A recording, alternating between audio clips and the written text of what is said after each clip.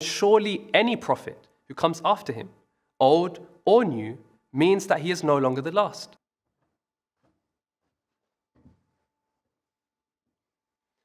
The Muslim Ummah is waiting for a prophet.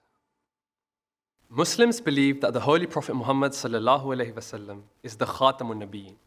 And many interpret this to mean that he was the last and final prophet to ever set foot on this earth. But on the other hand, Muslims also believe that Jesus ﷺ will return back onto this earth in the latter days. And Jesus, of course, was a prophet of God. So therefore, logically speaking, if Jesus comes back after the Holy Prophet ﷺ, doesn't that make Jesus the last and final prophet? And more importantly, doesn't this prove that the vast majority of the Muslim world who holds this belief is actually waiting for another prophet to come? Now, if we take a deep dive into this topic, the contradiction and disparity between these two viewpoints becomes very clear. So they say that Khatamun Nabiyyin means the last and final prophet whatsoever, meaning that no prophet of any kind can come after him. And to support this, they present the hadith, La Nabiyya Ba'di, where the Holy Prophet ﷺ himself said that there will be no prophet after me. So they take this verse and this hadith and they interpret them together to mean that the door of any kind of prophethood is now closed.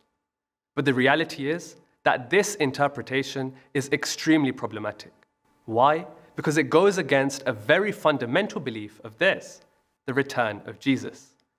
If the door of prophethood has been closed by the Holy Prophet ﷺ, then how can any prophet, old or new, come after him? And Jesus indeed was a prophet of God. The Islamic sources are crystal clear on this. The Holy Quran says, Rasulan ila Bani Israel, that he was a prophet sent to the Bani Israel. And Jesus himself said, Waja'alani Nabiyyan, that he has been made a prophet. Also, if we take a look at Sahih Muslim, one of the most authentic books of ahadith, the Holy Prophet ﷺ, whilst talking about the second coming of Jesus, he refers to him as a Nabiullah, a prophet of God. Not once, but repeatedly, 4 times in the same narration. So there's no escaping the fact that Jesus will be a prophet of God when he returns. And anyone who believes in his return, in actuality, is waiting for the advent of a prophet. Now, all of this being said, you might be wondering, how do they possibly reconcile such a blatant contradiction? Well, they resort to one of 2 options. Some say that Jesus was a prophet in the past, but when he returns, he won't be. So in essence, the status of prophethood will have been stripped away from him. Others say that, yes, he will be a prophet, but because he was an old prophet, before Prophet Muhammad, therefore his return doesn't break the finality of prophethood. Now, let's just analyze both scenarios. In the first case, to say that he was a prophet before, but not when he comes back, we have to really think for a second. Prophethood is the greatest blessing. It's the highest rank and status that Allah can bestow upon a person. If Allah himself made Jesus a prophet, then who has the right to take this away from him? The Holy Quran calls him a prophet, the Ahadith call him a prophet. So if he returns and he is no longer a prophet, then what do we do with those clear verses and the clear ahadith? Have they been abrogated? Of course not.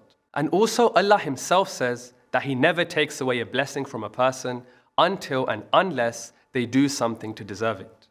The question is, what did Jesus do? What sin did he commit for prophethood to be stripped away from him? In the second scenario, to say that he was an old prophet, not a new one, so the finality doesn't break, this, quite frankly, is not logical. If the Holy Prophet ﷺ is categorically the last and final prophet, then surely any prophet who comes after him, old or new, means that he is no longer the last. And besides, who even made this distinction, that an old prophet can come, but not a new one? Therefore, the bottom line is this, that Muslims are waiting for the advent of a prophet after the Holy Prophet ﷺ. Ahmadiyya Muslims believe that this prophet could only come from within the ummah of the Holy Prophet ﷺ and not from outside. It can't be Jesus himself because we know from the Quran and the Ahadith that he died a natural death, just like every other human being and every other prophet. His second coming, therefore, must be metaphorical, and that it was, in the person of Hazrat Mirza Ghulam Ahmad alayhi salatu wasalam.